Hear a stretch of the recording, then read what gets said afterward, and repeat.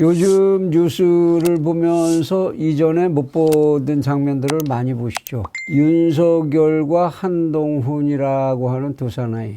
이들이 보여주는 모습이, 그러한 행보가 이전에는 정치판에서 우리가 본 적이 없었던 그러한 모습들입니다. 참, 두 사람이 함께 보여주는 파격과 과단성. 이 혁명을 요구하는 시대의 대한민국 현장에, 그 현장에 부합하는 몸짓이다라는 생각을 일단 하게 됩니다. 앞에 동영상에서도 말씀드린 바와 같이 이러한 과단성 그리고 변화의 몸짓, 그건 바람직하다고 해야 되겠죠. 그런데 거기에 어느 행보라도 그 이전과는 다른 몸짓이 나올 때에는 그에 따르는 위험성도 동반하게 마련인 것이어서 오늘은 거기에 대한 걱정도 함께 좀 해볼까 합니다. 윤석열 대통령이 광주를 간 것, 이것을 두고 일부 자유애국주의자적인 입장에 서 있는 시민들 사이에서는 처음에 못마땅하다라는 그런 반응들이 나왔던 것도 사실 부정하기 어렵습니다. 그런데 왜 윤 대통령은 그런 선택을 했을까? 거기에는 아마도 윤 대통령 나름의 다양한 여러 계산이 깔려 있었을 것으로 이해를 해야 할 거라고 생각합니다. 우선적으로는 그 생각 당연히 해야 되겠죠. 광주도 대통령의 통치 권력이 유효하게 작동하는 대한민국의 영토라는 사실을 분명히 확인시키고 싶었을 겁니다. 그리고 시중에서 요즘 시끄럽게 쏟아져 나오는 통합을 하라는 이런 얘기들에 대한, 그래, 이 정도 보여주면 되겠냐? 라는 확실한 대답을 하는 효과, 이것을 노렸을 수도 있겠죠. 그런데 조금 더 깊이 들어가 보면은 아마도 심중에는 좀 깊은 생각으로 이런 생각들이 있었겠죠. 어차피 대한민국의 정치판이 변하려면, 광주에서 변화가 일어나지 않는다면 대한민국의 정치 개혁은 어렵겠다는 계산, 그리고 그 지역을 좌파와 민주당의 전유물로 이렇게 그냥 놓아두어서는 안 되겠다는 계산을 했겠죠. 그렇다면 기왕이면 과감히 뛰어들어 보자. 뛰어들어서 그들의 아성을 깨보자는 윤석열 특유의 스타일이 작동했을 가능성, 그것이 높아 보입니다. 그렇게 해서 장기적으로는 정계 개편을 시작하는 효과를 노렸을 수도 있고, 단기적으로는 6.1 지방선거를 앞두고 상당한 이벤트 효과를 노렸을 수도 있겠죠. 거기 가서 근데 임을 위한 행진곡까지 불렀어야 하느냐, 국힘의 국회의원 전부를 데리고 갔어야 하느냐, 이런 데 대해서 이제 한쪽에서 볼멘 소리가 나오는 쪽이 있다는 거 사실입니다만은, 임을 위한 행진곡을 부를 것이냐에 있어서도 아마 주저하지 않았을 거로 생각을 합니다. 왜냐하면 이 노래는 주사파들만이 불러야 되는 주사파 일당의 단가가 아니고 반독재 투쟁의 저항가요 정도로 인식할 수도 있는 거 아니냐, 그런 생각을 했을 수 있을 겁니다.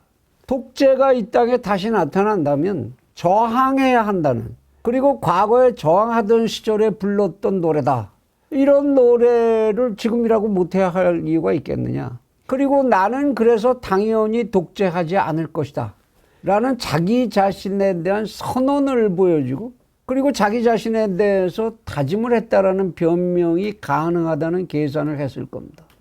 더욱 중요한 계산이 깔려 있을 수 있겠죠. 이와 같이 광주라고 하는 꽉 닫힌 것 같은 이 지역을 열어젖히려면 대통령뿐만 아니라 국힘의 국회의원 전원이 가는 것, 내각까지 같이 가는 것, 그게 그 정도의 파괴력 있게 들이대야 되는 거 아니냐라는 생각을 했을 거고, 이렇게 시작을 해야 5.18 민주화운동 진상규명을 위한 특별법에 의해서 공개가 제한이 돼 있는 유공자에 대한 명단 공개 논란, 이것을 대통령이 직설적으로 이야기하지 않아도 자연스럽게 깨나가는 동기가 부여되지 않겠나. 또 하나, 5.18 민주화운동 등에 관한 특별법이라는 게 또 있죠. 이게 이제 광주 민주화 운동을 왜곡하거나 그럴 때는 처벌한다. 그런 거 함부로 여기저기서 발설하면 안 된다. 이걸 이제 법으로 만든 건데 광주화 운동 왜곡 특별법이라는 이름으로 불리는 법령이죠. 법률이죠. 여기에 의해서 자유로운 논쟁이 제한되고 있는 이제 광주의 민주화 운동에 대한 자연스러운 논의의 활성화를 유도하는 효과, 이런 것까지도 계산할 수 있었지 않았을까. 글쎄 실제로 그랬는지는 모르겠습니다만 그럴 가능성 같은 것이 이런 행보에서 읽힌다는 생각입니다. 그런데 이러한 윤석열 대통령의 시도에는 국민을 통합한다는 대의 명분을 선점하고 호남의 변화를 자극한다는 이익이 있을 수 있지만 아마도 몇 가지 위험도 따를 수가 있을 겁니다. 가장 쉽게 생각할 수 있는 게 이렇게 공격이 들어갈 때에 여기를 자신들의 아주 철옹성 같은 기반으로 여기고 있는 세력, 민주당 등의 세력이죠. 소위 진보 세력. 이들이 오히려 호남 의존성을 더욱 강화하기 위한 어떤 이제 동작을 취하게 될 거냐. 그런 반발이 반드시 나올 거라고 계산을 해야 되겠죠. 그리고 반호남 세력, 소위 자유우파라고 지금까지 일컬어졌던 그쪽 세력에서의 일정한 반발, 이런 것을 예상할 수 있어야 하고, 그리고 특히 이러한 행보가 그러면 이제 시작을 했으니까 해마다 5월 18일은 돌아올 것이고, 그럼 해마다 이렇게 갈 거냐? 대통령과 전 여당 국회의원, 국무위원들이 다 갈 거냐? 이렇게 정례화할 경우에는 광주 항쟁을 국경일 수준으로 격상한다는 데 대한 그런 반발이 있을 수 있을 거라는 겁니다. 지금 대한민국의 어떤 국경일이나 이에 준해서 경축해야 되거나 또는 우리가 기념해야 되는 이런 행사들이 여럿 있는데, 이런 행사들과의 비중을 맞추는 문제에 있어서 이번의 행보는 너무 파격적이다. 그럼 그걸 정례화할 때에 과연 거기에 대한 논란이 일어나지 않겠느냐는 거죠. 두 번째, 광주 민주화 운동의 정신을 헌법 전문에 삽입하겠다, 이렇게 이제 대통령이 이야기를 했는데, 이러한 주장을 대통령이 하는 것이 지금 시의에 적절하냐? 그러한 국민적인 합의가 이루어졌다고 볼 수 있겠느냐는 거죠. 대한민국의 헌법 전문이라는 것은 그 뒤에 이어지는 헌법 체계가 해석에 혼란이 일어났을 때 그 해석을 가늠하게 하는 이정표 같은 것이고, 그리고 일반 법률에 있어서 입법 목적을 제시한 것과 같은 효과를 갖는 것인데, 과연 그러한 헌법의 목표, 기본 정신에 대해서 대한민국의 국민들은 전부 합의하고 있는 거냐? 광주 민주화 운동만이 민주화 운동은 아니었고, 그에 준하는 격렬한 민주화 운동의 지역이 우리나라에 많죠. 부산 마산 같은 부마 항쟁의 사례도 있고, 무엇보다도 사실 민주화 항쟁의 가장 핵심 지역은 서울이었죠. 인천에서도 있었고 많았습니다. 과연 그런 것들을 광주 민주화 운동이라는 이름만으로 대표성을 가지고 집어넣을 수 있겠느냐? 여기에 대한 시비가 분명히 일어날 것이고, 그리고 이러한 이야기가 시작된다면 아직은 불필요한 개헌 논쟁을 조기에 점화하게 되고, 개헌 논쟁으로 시국이 빨려 들어가게 되면 국가 개혁의 과제는 희석될 수 있을 것이다. 지금 윤석열 정부가 성공하기를 바라지 않는 세력 쪽에서는 그것을 좋은 기화로 삼을 수 있다라는 겁니다. 그래, 모든 걸 그냥 개헌 논쟁으로 몰고 가서 그냥 또 분탕질을 치자. 이런 좋은 주사파 등 세력에 대해서 선동과 혼란의 빌미를 제공하게 될 가능성이 존재한다는 겁니다. 지금이 거기에 시의에 적절한 때냐? 이 논의 주의하지 않으면 안 된다는 얘기입니다. 그리고 한동훈 장관의 신속한 검찰 인사, 이 강공 드라이브죠, 그야말로. 저는 이스타K가 보기에는 신선하고 정말 좋다. 이렇게 지지할 수 있습니다. 개혁적 성향을 강조하는 효과하고 실무적인 그들이 당장 해치우지 않으면 안 되는 수사 또는 조사, 이것을 다루는 실무적인 팀에 대해서 긴장 효과를 동시에 줄 수 있는 그런 좋은 방향이라고 생각합니다. 다만 한 일주일 정도만 시간을 가지고 굳이 상대들이 물고 들어오지 않도록 검찰 인사위원회 정도 개최하는 여유를 좀 보여줬으면 어떠냐. 그러고 나서 했어도 그렇게 시간에 쫓길 일은 아니었지 않는가.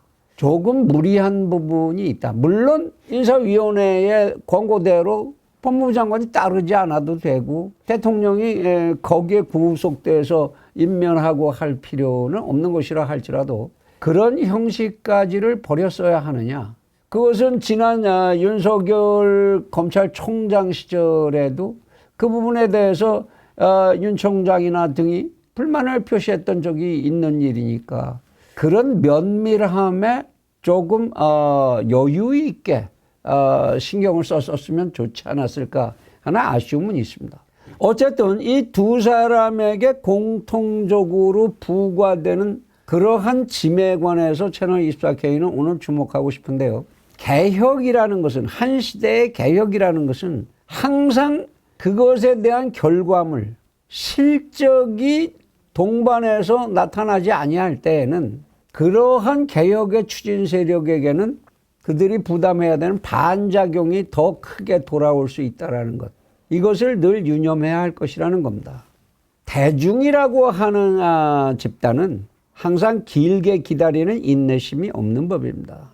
그리고 개혁의 대상이 되는 상대방들은 이러한 개혁의 주체가 짐지게 되는 약점을 노려서 지구전의 전략을 마련하게 될 것이고, 따라서 초기에 개혁을 밀어붙이는 초기에 실력을 보여주지 않으면 안 되는, 그래서 개혁 주체 세력이 가지고 있는 시간은 항상 짧게 마련이라는 것. 그래서 그만큼 부담을 많이 지고 그만큼 밤잠 안 자고 노고를 기울이지 않으면 안 된다는 것.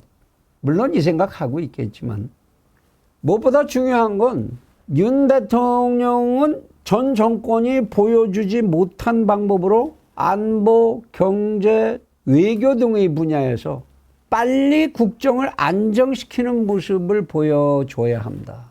그러지 못했을 때에는 그의 여러 가지 액션, 그리고 그가 여태까지 보여준 참 파격적인 행보, 이런 것들의 가치가 순식간에 날아가 버릴 수도 있다는 사실. 실적이 뒷받침해야 한다는 겁니다. 한동훈 장관은 당장 전 정권의 적폐에 대한 실질적인 성과를 빨리 보여주지 않으면 안 되는, 그러지 않는다면 여태까지 한동훈 장관이 청문회에서 했던 이야기나 이런 이야기들이 전부 허언이 돼버릴 테니까 말이죠. 그건 당연한 일이지만 그렇게 해야 된다는 건 하나 유념해야 될 것이, 정치권에서 이야기하는 검찰개혁과 국민들이 생각하는 검찰개혁은 방향이 다르다는 사실도 유념해야 할 거라는 조언을 하고 싶습니다. 국민들이 바라는 검찰개혁은 검찰을 무서워할 필요가 없게 되는 것뿐만 아니라, 당연히 많은 국민들은 검찰에 갈 일이 없고 당연히 그래야 하고 또 그렇게 될 것이지만, 어쩌다가 검찰 앞에 억울하게 끌려가게 되는 국민들도 적지 않게 많이 있죠. 그때마다 국민들이 불만을 했던 건 뭡니까? 유전 무죄, 무전 유죄, 유권 무죄, 무권 유죄. 이러한 차별이 검찰에 존재한다. 이거는 부정과 부패죠. 검찰 내에 존재하는 그러한 부정부패가 아직도 국민들 눈에는 검찰 내부에 존재하고 있다고 보고 있다는 사실. 이것이 사라져야, 그래야 국민들은 검찰이 정말 달라졌어. 한 장관이 장관을 하니까 정말 달라졌군. 검찰의 팀이 바뀌니까 정말 이렇게 달라졌네. 라는 모습을 빨리 보여줘야 될 겁니다. 다행히도 한동훈 장관이 감각 있게 취임사에서 교도 행정에 대한 이야기도 언급했고 그랬지만, 무엇보다 이번 법무부 장관은 특히 더 유념해야 될 게 지난 검찰총장과 법무부 장관 사이에 있었던 권력적인 갈등, 이 내용을 보기 좋게 해소해야 할 거라는 겁니다. 누가 누구의 부하냐, 누가 누구의 상사냐, 지휘권이 있냐 없냐, 인사에 관해서 혼자 독설을 해도 되냐 안 돼.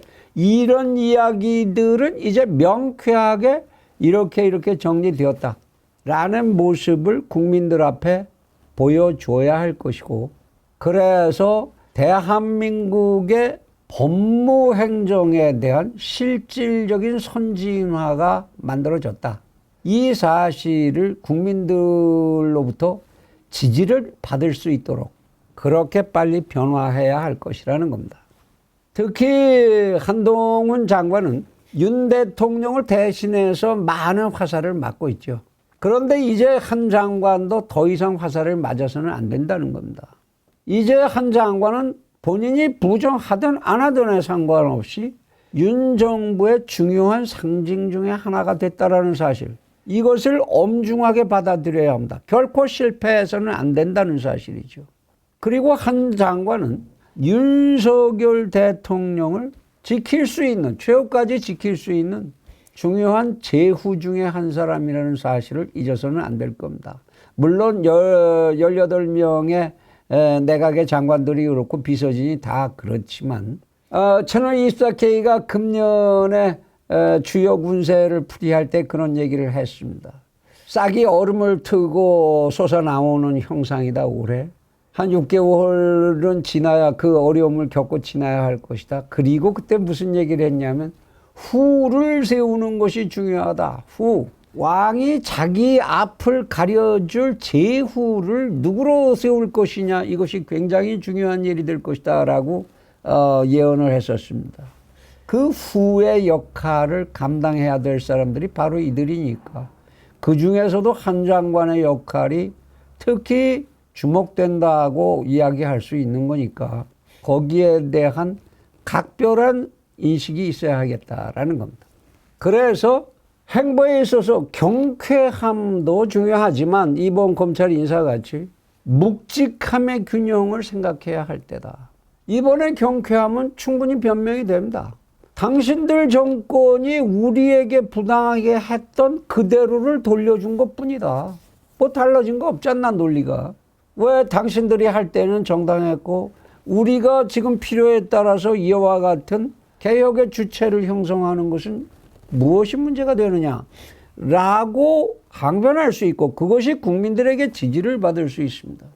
그러나 그 뒤에는 지금 앞에서 얘기했던 것 같은 심모원려하는, 좀 더 멀리 바라보고 이러이러한 자세를 갖춰야 한다라는 묵직함, 그런 사고의 묵직함이 뒷받침돼야 할 거라는 겁니다.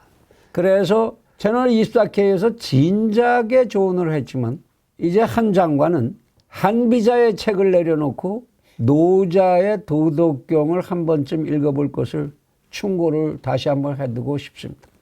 두 사람 모두에게 충고한다면 두 사람의 실패만을 호시탐탐 노리고 있는 무시할 수 없는 방해 세력이 이를 갈고 잠을 자지 않고 있는 동안에는 당신들도 잠을 자서는 결코 안 된다는 사실을 명심해 주기를 바랍니다.